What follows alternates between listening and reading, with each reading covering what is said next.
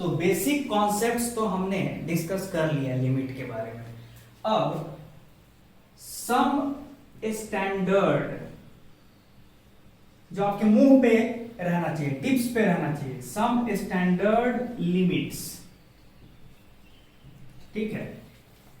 कुछ ही का चर्चा करेंगे जो आपके काम लायक है। पहला कि साइन x बाई एक्स, ये जो फंक्शन है, कौन सा function, sine x by x, ये फंक्शन का लिमिट क्या होगा when the input approaches towards zero. जब हम जीरो की तरफ अप्रोच करेंगे, ठीक है, जब हमारा इनपुट जो है जीरो की तरफ भागेगा, तो ये जो रेशियो है, ये जो फंक्शन है, ये किस वैल्यू को छूना चाह रहा है, क्वेश्चन ये है।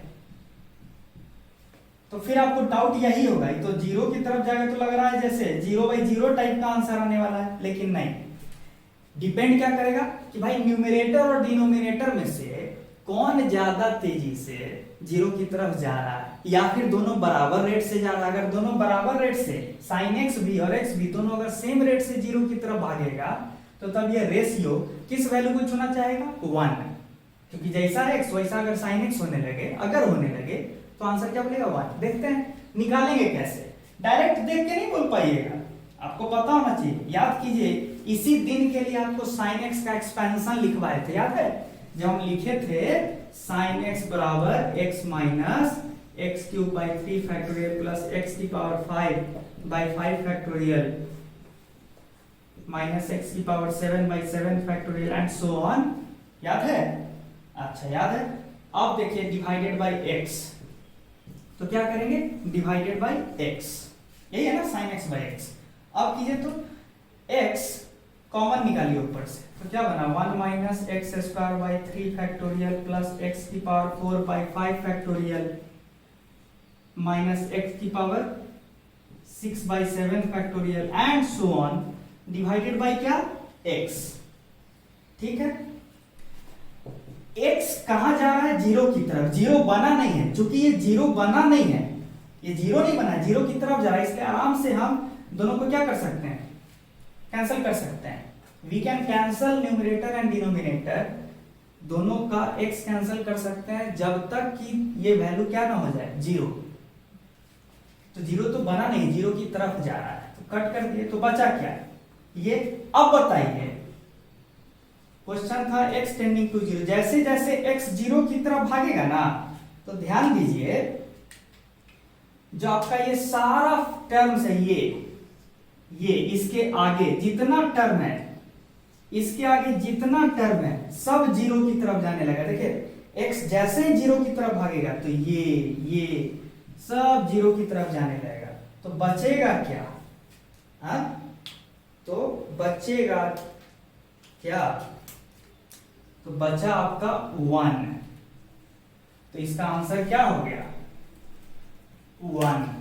इससे क्या पता चला कि जब आपका इनपुट x जीरो की तरफ जाएगा ना, तो उस केस में जिस रेशियो से ये जो डिनोमिनेटर जीरो की तरफ जा रहा है ना, उसी रेशियो से ये न्यूमरेटर भी जीरो की तरफ जा रहा है।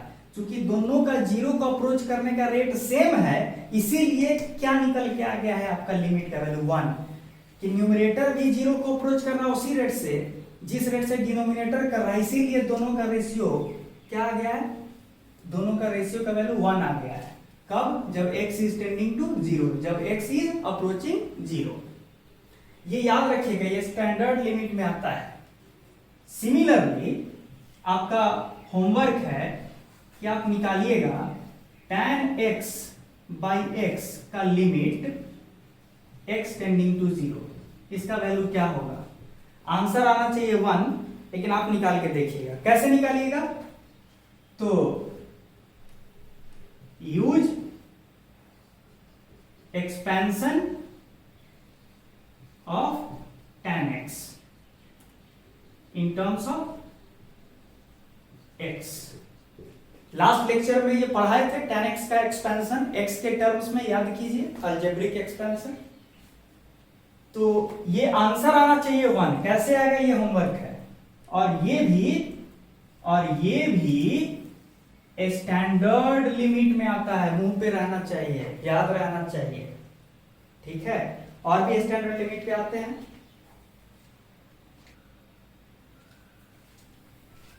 अब एक अगला स्टैंडर्ड लिमिट है ये e की power x minus 1 by x limit of the function e की power x minus 1 by x when x is approaching 0।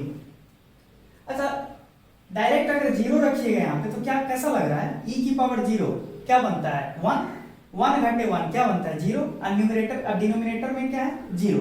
ऐसा फिर लग रहा है ना 0 बाई 0 टाइप का, लेकिन आंसर देखिएगा 0 बाई 0 नहीं है। क्यों? क्योंकि ये मुझे खोजना है कि ऊपर वाला या नीचे वाला कौन ज्यादा तेजी से चेंज हो रहा है, वो डिसाइड करेगा कि आंसर क्या आएगा। तब ना न्यूमरेटर बाई डिनोमिनेटर का रेशियो उससे ना डिसाइड होगा। ठीक है, तो फिर वही याद कीजिए, e की पावर x का एक्सपेंशन याद कीजिए, है ना। आप थोड़ा सा ट्राई कीजिए आप।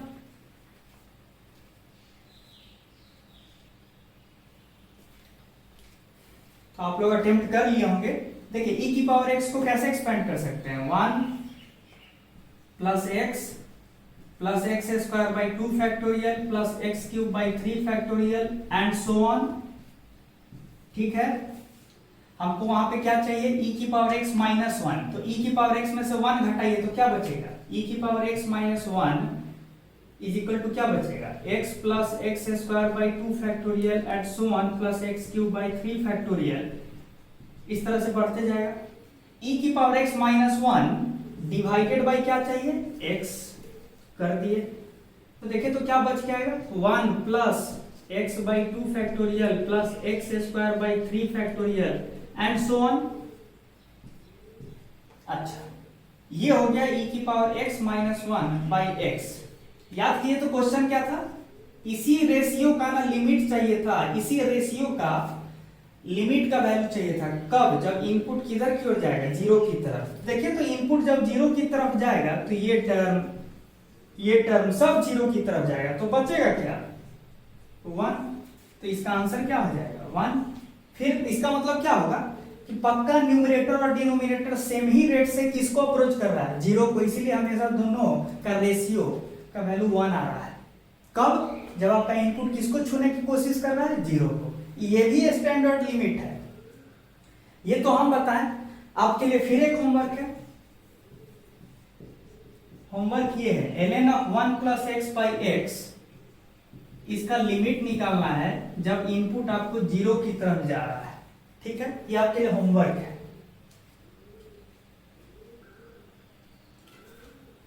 अब एक आखिरी एग्जांपल स्टैंडर्ड लिमिट के लिए डिस्कस कर लेते हैं। क्वेश्चन है कि जब x टेंडिंग टू इंफिनिटी होगा, मतलब x इंफिनिटी की ओर जाएगा, उस समय 1 प्लस 1 बाई एक्स की पावर x, ये जो फंक्शन है ये किस वैल्यू को छूना चाहेगा जब आपका इनपुट टेंडिंग टू इंफिनिटी होगा, मतलब इंफिनिटी की ओर जा रहा है, तब आपका ये फंक्शन किस वैल्यू को छूना चाह रहा है, ये आप जानना चाह रहे हैं। ठीक है, देखिए सॉल्व कैसे करेंगे। तो कहेंगे कि लेटर से कि y बराबर 1 प्लस, अब सुनने में तो ऐसा लग रहा है, देखने में ऐसा लग रहा है कि अच्छा सर इंफिनिटी रख देते हैं यहाँ पे x की जगह, तो 1 बटा इंफिनिटी, ऐसा लग रहा मानो 0 बन जाएगा।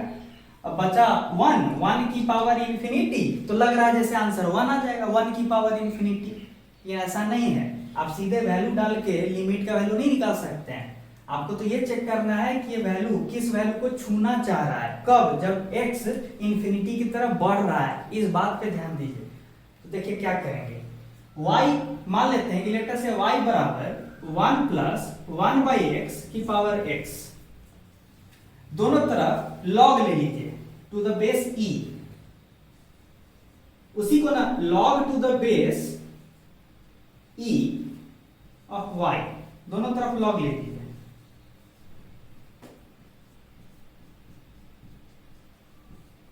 तो क्या निकल के आएगा? x into log of 1 plus 1 by x to the base e।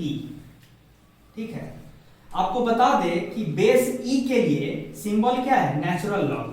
Simple में आप ऐसे भी लिख सकते हैं ln, और यहां पे भी क्या लिख सकते हैं बताइए? यहां पे भी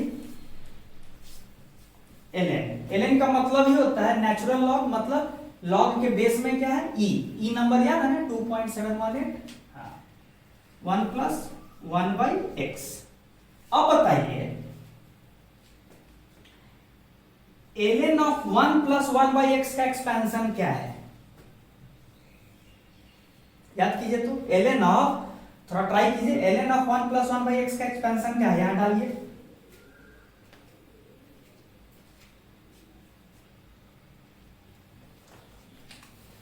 तो होपफुली आप ट्राई किए होंगे। अब देखिए याद कीजिए ln ऑफ 1 प्लस x का एक्सपेंशन क्या था, यहां मैंने लिख दिया है ln ऑफ 1 प्लस x का एक्सपेंशन क्या है, ये है। तो ln ऑफ 1 प्लस 1/x का एक्सपेंशन क्या होगा, 1/x माइनस 1/x का square by 2 and so on. x के बदले अब क्या डाल देंगे 1/x। अच्छा अब यहां रखें एक्सपेंशन वाली चीज को, x into 1/x minus 1/2x square and so on, ऐसे करेंगे तो क्या निकल के आएगा ये 1 minus 1/2x and so on. ln of y। अब ध्यान दीजिए जैसे जैसे x इंफिनिटी की ओर जाएगा तो ये जो दूसरा टर्म है और इसके बाद आगे भी तीसरा चौथा सारा टर्म, जब x इंफिनिटी की ओर जाएगा तो ये सारा टर्म किसकी तरफ जाएगा, जीरो की तरफ। तो बचेगा क्या, ln of y limit of ln of y when x approaches infinity, क्या हो जाएगा, जब x इंफिनिटी को अप्रोच करेगा तब ln y किस वैल्यू को अप्रोच करेगा 1। आप ही बताइए कि अगर ln y 1 को अप्रोच कर रहा है तो ये था क्या ln y, ये तो था क्या log of y to the base e था ना, ये किसको अप्रोच कर रहा है 1 को। तो इसका मतलब है कि पक्का y किसको अप्रोच कर रहा होगा e को। भाई y e बनेगा तब ना, log of e to the base e 1 होगा, इसका मतलब है कि y किसको अप्रोच कर रहा है e को। तो हमको तो इसी y का ना लिमिट चाहिए था, क्योंकि यही y क्या था, ये फंक्शन था।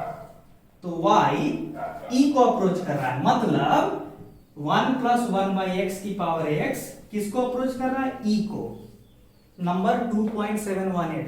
तो आंसर क्या हो गया इस लिमिट का e, आंसर क्या हो गया,